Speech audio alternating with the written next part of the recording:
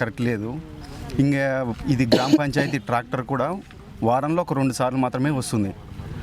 ఇంకా street light ఎవరిండ్ల దగ్గరికి పోతుంది మరి అది మిగతా 4 రోజులు ఇండ్లకే వస్తుంది. కాకపోతే అప్పుడు సర్పంచ్ ఉన్నప్పుడు డైలీ వస్తుండే, అంటే వారంలో ఒక 2 మాటలు మాత్రమే వస్తుంది. అయితే ఇంకోటి ప్రస్తుతం నీకు ఏం కావాలా, మీ ఊరు డెవలప్ ప్రస్తుతం ఈ పని కావాలా మాకు అనేది ఒక పని చెప్పు. First of all BT road కావాలా, ఇక్కడ నుంచి ఎక్కడి వరకు మన లింగపురం మట్ రోడ్ నుంచి మనకి ఊర్లోకి వచ్చేటట్టుగా కావాలన్నమాట. రెండోది ఊర్లో కొంచెం స్ట్రీట్ లైట్ సరిగా లేవు. నైట్ టైం ఒక టైంకి వెళ్ళాలన్నా, పిల్లలు ఏడన్నా బాత్రూమ్ కూర్చోవాలన్నా, ఎవరైనా పెద్దవాళ్ళు వెళ్ళాలన్నా భయపడుతున్నారు అన్నమాట. ఇంకా రెండోది ఊర్లో మురికి కాలువలు అట్లాంటివి కరెక్ట్గా లేవు అనమాట. అయితే అవి ఎప్పుడైనా వర్షాకాలం వచ్చిందనుకో ఏడంటే ఆగిపోతున్నాయి అనమాట. దానికి మురికాలు సరిగ్గా చేయాలి. గతంలో సర్పంచ్గా పనిచేసిన ఆయన దగ్గరికి ఈ సమస్యలు తీసుకుపోయి, ఈ సమస్య కాదు కదా, ఈ సమస్య మాట్లాడడానికి కూడా అవకాశం లేకుండా చేసినాడు.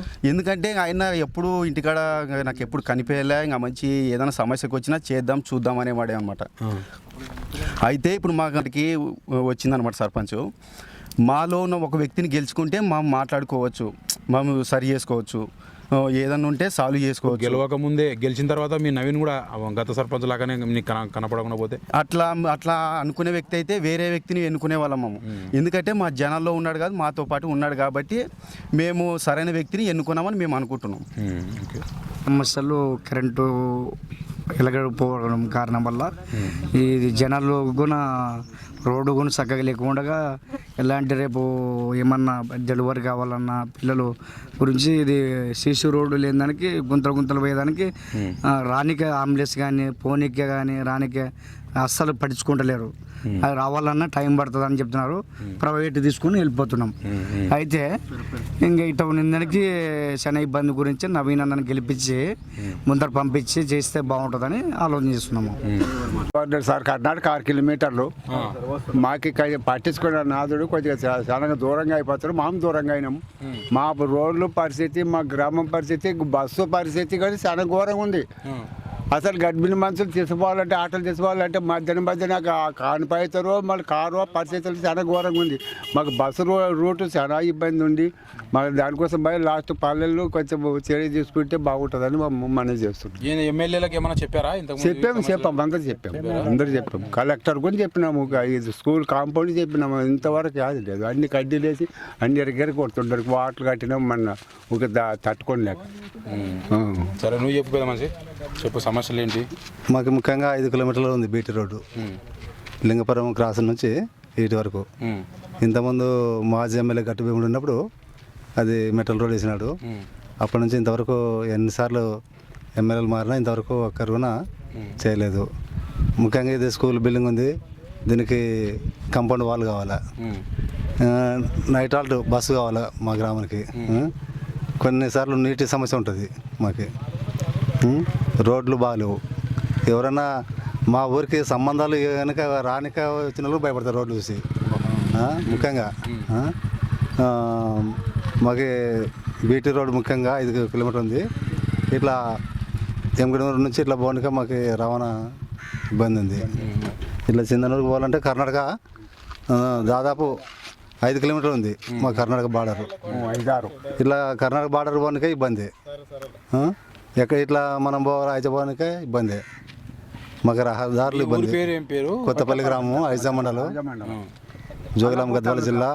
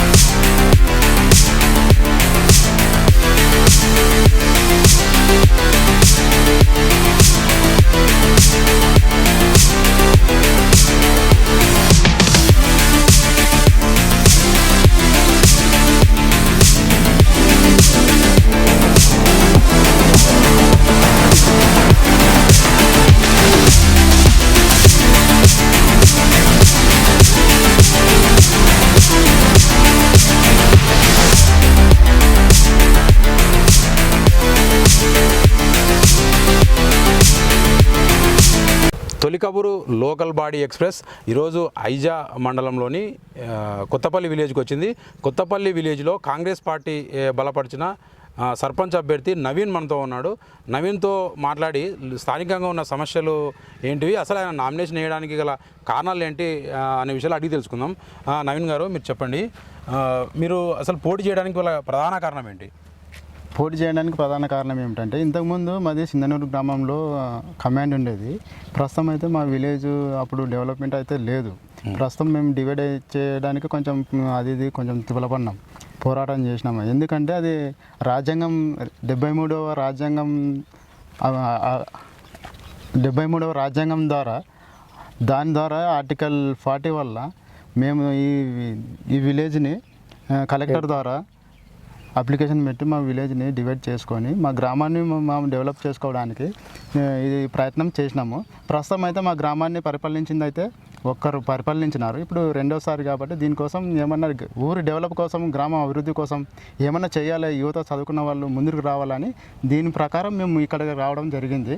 అందుకోసమే మా ఊర్లో సమస్యలు అంటే ప్రస్తుతం అయితే బీటీ రోడ్ ఉంది, తర్వాత పల్లె దవాఖానా హాస్పిటల్ కావాలి, తర్వాత వలసలు ఎక్కువ పోతున్నారు, ఆ వలసలని కంట్రోల్ చేయాలి. ఇంకా నీటి వసతి కానీ ఇటువంటి వసతి అవి కొద్దిగా ప్రాబ్లం ఉంది. ఇంకా ఏమిటంటే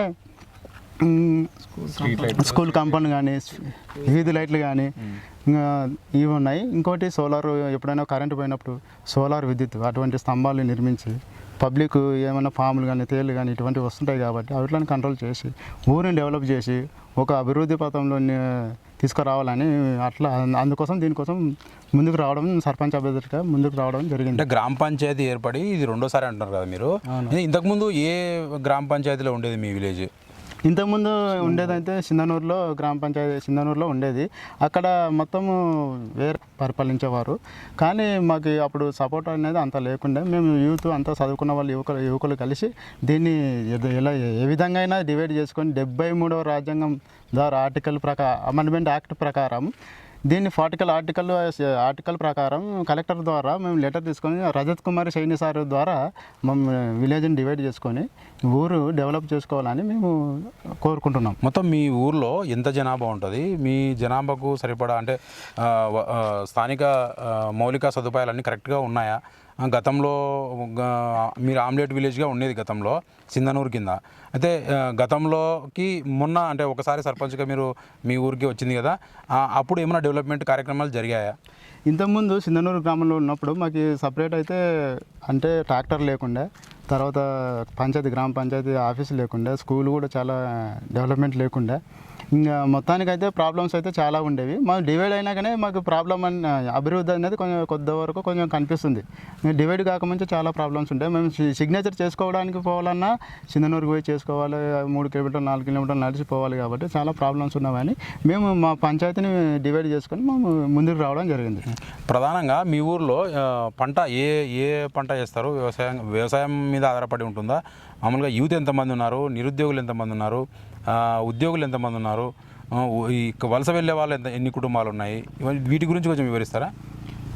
ఉద్యోగులు అయితే ప్రస్తుతం అయితే ఒక 10-12 వరకు ఉంటారు. టీచర్స్ కానీ, రైల్వే ఎంప్లాయీస్ కానీ, తర్వాత ఆర్మీ వాళ్ళు కానీ ఇటువంటి వాళ్ళు ఉంటారు. ఇంకా యూత్ కానీ ఎక్కువ మంది 200 పైన ఉంటారు.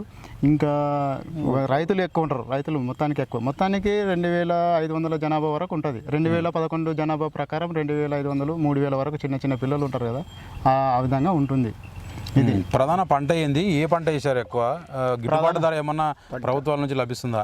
ప్రధాన పంట అంటే ఇక్కడ ఆర్డిఎస్ కెనాల్ ఉంది కదా, ఈ ఆర్డిఎస్ కెనాల్ సైడ్ ఇప్పుడు ఏది వేస్తున్నారంటే వరి ఎక్కువ వేస్తున్నారు. వరి, పత్తి, తర్వాత మిరప, చిన్న పంటలు వేస్తున్నారు. ఇక్కడ మొక్కజొన్న కూడా అది ఆర్డిఎస్ కెనాల్లో వాటర్ వచ్చిందనుకో, మొక్కజొన్న కానీ అటువంటి పంటల్ని కొంచెం ప్రిపరేషన్లో ముందుకు చేస్తారన్నట్టు. ఇది ప్రధానంగా మేము తెలియజేయడం జరుగుతుంది.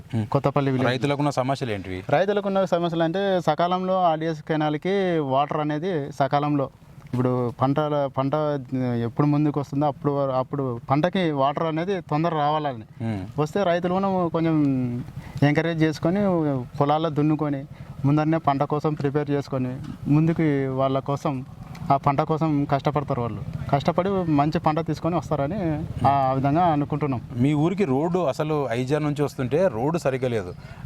ఉత్తనూరు నుంచి మీ ఊరికి దాదాపు ఒక 10 కిలోమీటర్ల మేర రోడ్డు చాలా అధ్వానంగా ఉంది. దీని మీద ఏమన్నా మీరు అంటే ప్రధానంగా ఏమన్నా ఎన్నికల తర్వాత ఒకవేళ మీరు గెలిచిన తర్వాత ఏమన్నా చేసే అవకాశం ఉందా? ప్రస్తుతం అయితే మా ఊరు రోడ్డు చాలా మీరు అన్నట్టు చాలా అధ్వానంగా ఉంది.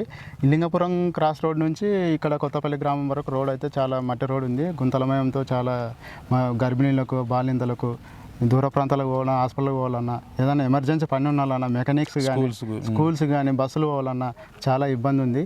దీనికోసం పోరాటం అంటే కేంద్ర ప్రభుత్వం నుంచి నిధులు, తర్వాత రాష్ట్ర ప్రభుత్వం నుంచి నిధులు 16వ ఆర్థిక సంఘం నుంచి ఆ నిధుల ద్వారా మా గ్రామాన్ని అభివృద్ధి చేసి మన ఇక్కడ ఉన్న స్థానిక నాయకులు వాళ్ళని సపోర్ట్ తీసుకొని ఊరు డెవలప్ కోసం ఇది రోడ్ అనేది నిర్మించుకోవాలని మేము ముందుకు వస్తున్నాం అన్నట్టు. ఇప్పుడు కాంగ్రెస్ పార్టీ మీరు బలపరిచిన అభ్యర్థి అంటే కాంగ్రెస్ పార్టీ మిమ్మల్ని బలపరిచిందే? కాంగ్రెస్ పార్టీ ద్వారానే మేము అభ్యర్థిగా, సర్పంచ్ అభ్యర్థిగానే ప్రస్తుతం అయితే కాంగ్రెస్ పార్టీ ద్వారానే ఉన్నాం. ఇప్పుడు ఎవరు మీకు బలపరుస్తున్న వ్యక్తులు మీరు అంటే ఎవరి పేరు చెప్పుకొని మీరు ఓటు అడగబోతున్నారు? ఇప్పుడు ప్రస్తుతం అయితే ఇప్పుడు కాంగ్రెస్ తెలంగాణ రాష్ట్రంలో అయితే రేవంత్ రెడ్డి, తర్వాత మా స్థానిక నాయకుడైనటువంటి సంపత్ కుమారు, ఈ వివిధ మండలాల నాయకులు శేక్షావళి రాష్ట్ర అధికార ప్రతినిధి శేక్షావళి గారు, అదేవిధంగా ఐజా మండల అధ్యక్షుడు కాంగ్రెస్ అధ్యక్షుడు జయన్న గారు, అదేవిధంగా మార్కెట్ యార్డ్ చైర్మన్ దొడ్డప్ప గారు, బింగుతోటి దొడ్డప్ప గారు, ఇంకా స్థానిక నాయకులు, ఈ చుట్టుపక్కల నాయకులు, ఎంపీటీసీలు, జడ్పీటీసీలు, సర్పంచులు, మాజీ సర్పంచులు, కాంగ్రెస్ కమిటీ వాళ్ళ ఉన్నట్టు నాయకులు, అటువంటి నాయకులు సపోర్ట్ తీసుకొని మా గ్రామానికి ఏ నిధులు కావాలో వాళ్ళ సపోర్ట్ తీసుకొని మా గ్రామానికి నిధులు ఏ విధంగా వస్తాయని వాళ్ళని సపోర్ట్ తీసుకొని మా ఊరు డెవలప్ చేసుకోవాలని మేము అట్లా కష్టపడుతున్నాం అన్నట్టు. ఇప్పుడు పక్కనే రాయలసీమ ఉంది. మీరు దాదాపు అంటే తుంగభద్ర నది ఒడ్డున ఉన్నారు. మీరు పక్కనే రాయలసీమ ఉంది. రాయలసీమ నుంచి మీకు ఏమైనా జల వివాదాలు కానీ, భూ వివాదాలు కానీ ఏమైనా మీకు ఉత్పన్నం అవుతున్నాయా? ఒకవేళ ఉత్పన్నం అయితే వాటి పరిష్కారానికి మీరు ఎట్లా చేయబోతున్నారు? ముందు ఆ సమస్య వస్తే ఉన్నది, ఆ సమస్య కోసం అంటే ఇప్పుడు ఏం లేవా అటువంటివి? ఉండొచ్చు. చుట్టుపక్కల ఇట్లా కుటుకునూరు కానీ, ఇట్లా ఇక్కడ పుల్లికల్లు కానీ, రాజపురం కానీ ఉండొచ్చు. అవి కూడా ఒకవేళ ప్రస్తావన వస్తే వాటి కోసం కూడా పోరాటం చేస్తామని మేము తెలియజేస్తున్నాం. మీరు ఏం చదివారు? మీ క్వాలిఫికేషన్ ఏంటి? ప్రస్తుతం మీరు ఏం చేస్తున్నారు? మేమైతే ప్రస్తుతం అయితే ఉస్మానియా యూనివర్సిటీలో ఎంబీఏ చదివినాము. నా పేరు P Naveen, MBA, Kothapalli village. ప్రస్తుతం అయితే నేను పొలిటికల్ పరంగానే ముందుకు వచ్చిన. ఇది గ్రామం అభివృద్ధి కోసం, గ్రామాన్ని అభివృద్ధి చేయాలని కొంచెం ముందుకు వచ్చి దీనికోసం పోరాటం చేద్దామని వచ్చినానంటూ. ప్రస్తుతం అయితే నేను మీ ప్రజల్ని ఏమని అడుగుతున్నారు? ఏమని అడగబోతున్నారు? మేము మీకు మాత్రమే ఓటేయాలా అని అంటే మీ నుంచి ఒక అస్యూరెన్స్ రావాలా కదా? ఏం అస్యూరెన్స్ ఇవ్వబోతున్నారు ప్రజలకి? అంటే మేమైతే అభివృద్ధి కోసము చేస్తామని, గ్రామాన్ని అభివృద్ధి చేస్తామనే వాళ్ళని ప్రజలకు తెలియజేస్తున్నాం. ప్రజలకి వాళ్ళు మమ్మల్ని నమ్మి, చదువుకున్న పిల్లగాడు నమ్మి ఈయన అయితే గ్రామాన్ని డెవలప్ చేస్తాడు అని వాళ్ళకి నమ్మకం వస్తే వాళ్ళు ఓటు వేస్తే మంచిగా మేము కూడా గ్రామాన్ని డెవలప్ చేస్తామని మేము వాళ్ళకి తెలియజేస్తున్నాం. ఇది మీ కుటుంబ నేపథ్యం ఏంటి? మీ ఇక్కడ లోకల్గా మీరు ఎన్ని సంవత్సరాల నుంచి ఉంటున్నారు? మీకు ఏమైనా పొలం ఉందా? ఎన్ని ఎకరాల పొలం ఉంది? మీరు ప్రధానంగా వ్యవసాయం చేస్తారా? మీరు ఎట్లా మీరు అంటే మీ జీవన భృతి ఎట్లా? మేమైతే వ్యవసాయ పరంగా అయితే మాకున్న కొద్ది వ్యవసాయం ఉంది, పొలం ఉంది. దాని ప్రకారం వరి కానీ, పత్తి కానీ వేస్తాము. ఇక్కడ ఆర్డిఎస్ కెనాల్ ఉంది కదా, ఆ వాటర్ వల్ల మేము కూడా పొలాలు పండించుకుంటున్నాము. ఇంకో విషయం అంటే ఏదో సమ్మర్లో కానీ అది కానీ ఏదో ఐజాలో ఏదో బిజినెస్ పెట్టుకొని స్టడీ చేయాలి కానీ ఇటువంటివి మెయింటెనెన్స్ చేసుకుంటూ మాకు ఈ పనులు తీసుకుంటూ రాజకీయంలో ముందుకు అడుగు వేస్తున్నాం అన్నట్టు. ఇది మా ప్రస్తావన. యువకులు రాజకీయాలకు రావాలా అన్నది మంచి కాన్సెప్టే. అయితే యువకులకు తెలిసినంతగా గతంలో పరిపాలన చేసినటువంటి వృద్ధులకు కానీ, నిరక్షరాస్యులకు కానీ ఊరు డెవలప్మెంట్ గురించి తెలియదు. అయితే మీరు కూడా యువకులుగా అధికారంలోకి వచ్చిన తర్వాత మళ్ళీ ఎలక్షన్స్ గెలవడానికి ముందు ఏమన్నా మందు, బిర్యానీ ఇటువంటివి ఏమైనా మీరు చేయబోతున్నారా? ఆ కార్యక్రమాలు గత పాలకులు అందరూ చేసింది ఇదే. మీరు కొత్తగా రాజకీయాల్లోకి వస్తున్నారు. మీరు కూడా అదే పందాలో పోతారా, లేకుంటే వినూత్నంగా ఏమైనా కొత్తగా ఏమైనా ప్రయత్నం చేయబోతున్నారా? అదేం లేదు. ఇది మందు కానీ, ఇది బిర్యానీ కానీ ఇటువంటివి ఏమి పంచకుండా వాళ్ళు మనపై నమ్మకం ఉండి మనం చదువుకున్న వాళ్ళు అని వాళ్ళ కాన్సెప్ట్ ప్రకారం మనల్ని నమ్మి మనల్ని ముందుకు ఊరు డెవలప్ అయితే బాగుంటుంది, ఈయన ఉంటేనే బాగుంటుంది అని వాళ్ళ థాట్ వస్తే వాళ్ళు అనుకున్న విధంగా మేము కూడా ఊరు కోసం పోరాటం చేసి గ్రామ అభివృద్ధికి యువకులకు మీరు ఇచ్చే సందేశం ఏంటి? యువకులకు ఏం లేదు. యువకులు ఇప్పుడు ప్రస్తుతం అయితే ఏముంది, ప్రస్తుతం ఏం జరుగుతుంది, సమాజంలో ఏం చేస్తున్నారు అనేది పసిగట్టాలి. ఎందుకంటే ఇప్పుడు సమాజంలో ఏం జరుగుతుంది, ఏం పసిగట్టాలి అనేది యువకులు తెలుసుకోవాలి. వాళ్ళకి తెలియజేస్తున్న వాళ్ళు కూడా ఇట్లా రాజకీయ పరంగా ముందుకు వచ్చి వాళ్ళు కూడా ఈ సమస్యలు ఎందుకోసం ఇట్లా వస్తున్నాయని వాళ్ళు కూడా ముందుకు వచ్చి వాళ్ళు తెలుసుకొని గ్రామ అభివృద్ధి కోసం వాళ్ళు కూడా మంచిగా తెలుసుకొని ఈ విలేజ్ ఎట్లా డెవలప్ చేయాలి, ఏం కథ అనేది వాళ్ళు కూడా తెలుసుకొని ముందుకు వచ్చి వాళ్ళు కూడా ఈ రాజకీయంలో కానీ, ఆర్థికంగా కానీ, రాజకీయం కానీ అన్నిట్లో ముందుకొండి నడిపేయాలని వాళ్ళను కోరుతున్నాం. ఏం చెప్పాలో ఏం చెప్పి వాళ్ళ ఓట్లు అడుగుతాము. అడిగి మా గ్రామానికి ఒకవేళ గెలిపిస్తే గ్రామాన్ని అభివృద్ధి చేద్దాం, గెలవకపోతే అది మన చేతిలో లేదు అనేది మా